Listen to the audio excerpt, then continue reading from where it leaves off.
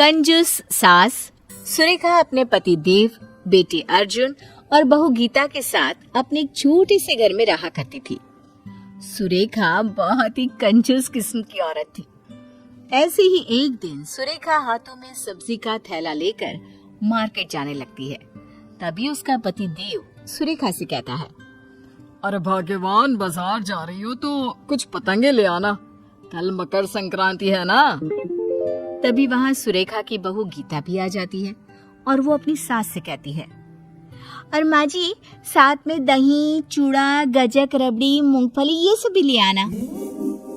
पता नहीं कैसा पति, बहू और बेटा मिला है, हर समय पैसे को उड़ाने की सोचते रहते हैं।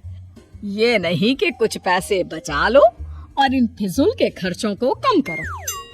अरे बहू, इन सब चीज की क्या जरूरत है? घर में बनाए तो है तिल के लड्डू, उन्हीं से काम चल जाएगा।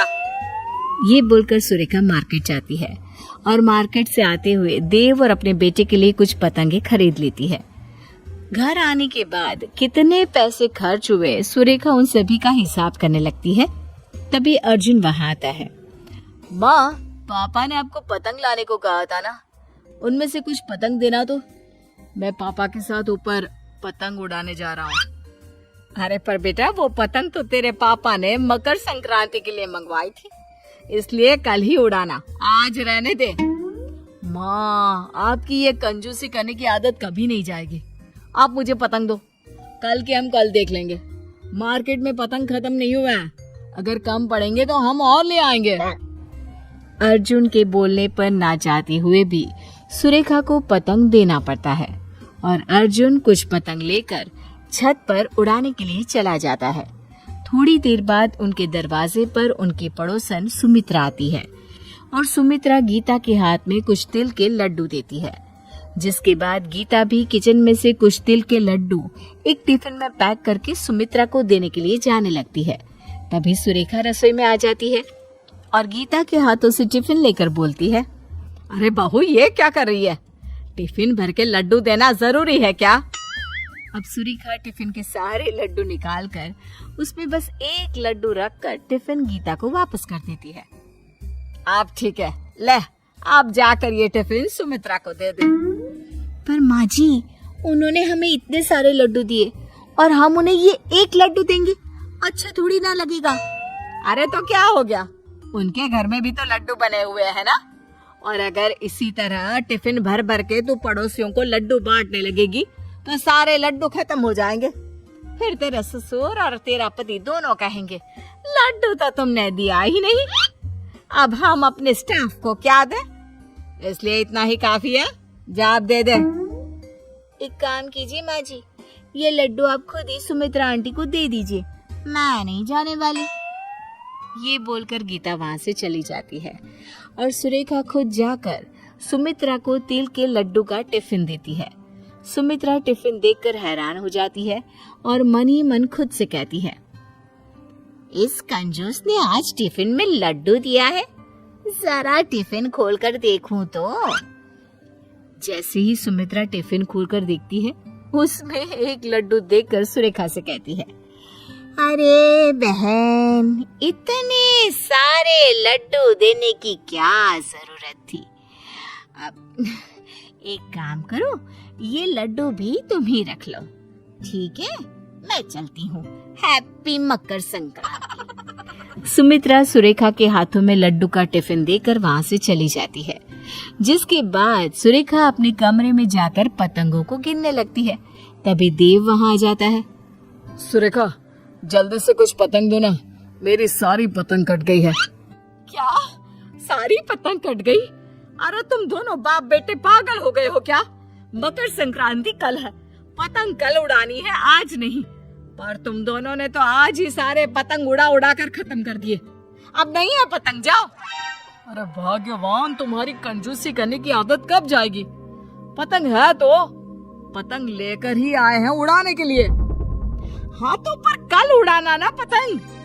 अब अर्जुन को भी नीचे बुला लो, खाना खाने का समय हो गया है वैसे भी।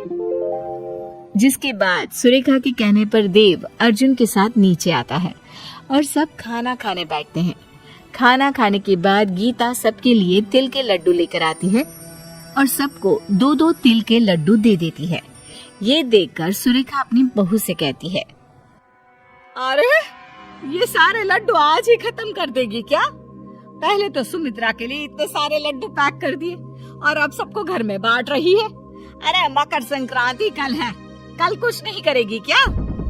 माँ जी अभी बहुत सारे लड्डू बचे हुए हैं, अगर उनमें से कुछ खा भी लिए तो क्या फर्क पड़ेगा? अगर लड्डू कम पड़ गए तो तेरे ससुर जी और अर्जुन के ऑफिस में कहाँ से लड्डू जाएंगे? सोचा भी है तूने? अरे जानती है ना इन दोनों बाप बेटे को मकर संक्रांति खत्म होते ही ऑफिस में सबको लड्डू बांटने का शौक है। माँ जी हद होती है कंजूसी की भी। ये बोलकर गीता वहाँ से अपने रूम में चली जाती है। सुरेखा भी मुंह बनाकर अपने कमरे में चली जाती है। अगले दिन मकर संक्रांति का दिन होता है। सब लोग जल्दी से नहा धोकर तैयार हो जाते हैं और मकर संक्रांति मनाने लगते हैं। कुछ देर बाद देव, अर्जुन और गीता पतंगबाजी के लिए तैयार हो जाते हैं, जिसके बाद गीता सुरेखा के पास जाती है और कहती है, माँ जी आज के लिए पतंग खरीदी थी ना, अब तो आप हमें पतंग दे सकती है ना, ताकि हम छत पर जाकर पतंगबाजी कर सकें। हाँ हाँ देती हूँ। ये बोलकर सुरेखा पतंग लेने के लिए जाती है, जहाँ उसने अपने 2 पालतू तोतों को रखा होता है। उन तोतों को देखकर सुरेखा खुद से बोलती है, सबको पतंग उड़ाने की पड़ी है, पर कोई एक बार भी इन बेचारे पक्षियों के बारे में नहीं सोचता जो खुले आसमान में उड़ रहे होते हैं। पतंग उड़ाने की वजह से न जाने कितने पक्षी घायल हो जाते हैं और अपनी जान से हाथ धो बैठते हैं।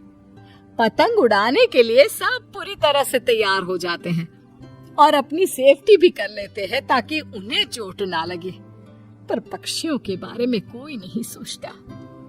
ये बोलकर सुरेखा सारे पतंग लाकर गीता को दे देती है। तभी वहाँ देव और अर्जुन आते हैं और कहते हैं, क्या कर रही हो गीता? हम कब से तुम्हारा छत पर इंतजार कर रहे हैं और तुम हो जो पतंग लेकर नीचे खड़ी हो। अच्छे से तैयारी कर लेना। हाँ हाँ भाग्यवान, पूरी तरह से तैयारी कर ली है, कुछ नहीं होगा हमें अब। चलो अब। मैं आप सबकी नहीं, उन मासूम पक्षियों की बात कर रही हूँ जो बोल भी नहीं सकते। न जाने आज कितने मासूम पक्षी इन पतंग के मंझों से घायल हो जाएंगे। आप लोगों का क्या है, आप तो मजे कर लेंगे, पूरे दिन पतंग उड़ा लेंगे, पर जान से हाथ कौन गवाएगा? ये पक्षी।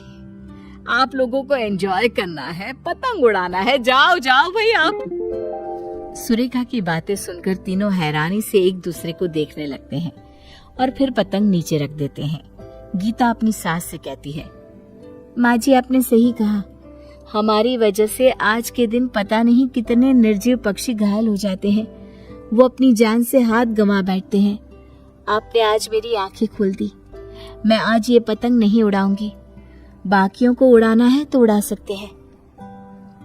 सुरेखा, तुम भले ही कंजूस हो, पर आज तुमने हम सबको एक बहुत अच्छी सीख दी है, इसलिए आज से हम लोग भी पतंग नहीं उड़ाएंगे और ऐसे ही मकर संक्रांति मनाएंगे। सही कहा पापा, हम हमेशा अपना मजा पहले सोचते हैं, लेकिन कभी उस मजे में किस तरह इन बेजुबानों को नुकसान पहुंचा रहे हैं वो नहीं सोचते। पर आज के बाद ऐसा नहीं होगा। जिसके बाद गीता, देव और अर्जुन पतंग नहीं उड़ाते और उसकी जगह परिवार के साथ समय बिताना, छत पर बैठकर दूसरे लोगों को देखना और पड़ोसियों के साथ गप्पे लगाना, गेम्स खेलना और इस तरह दिन का मजा लेना जारी रखते हैं।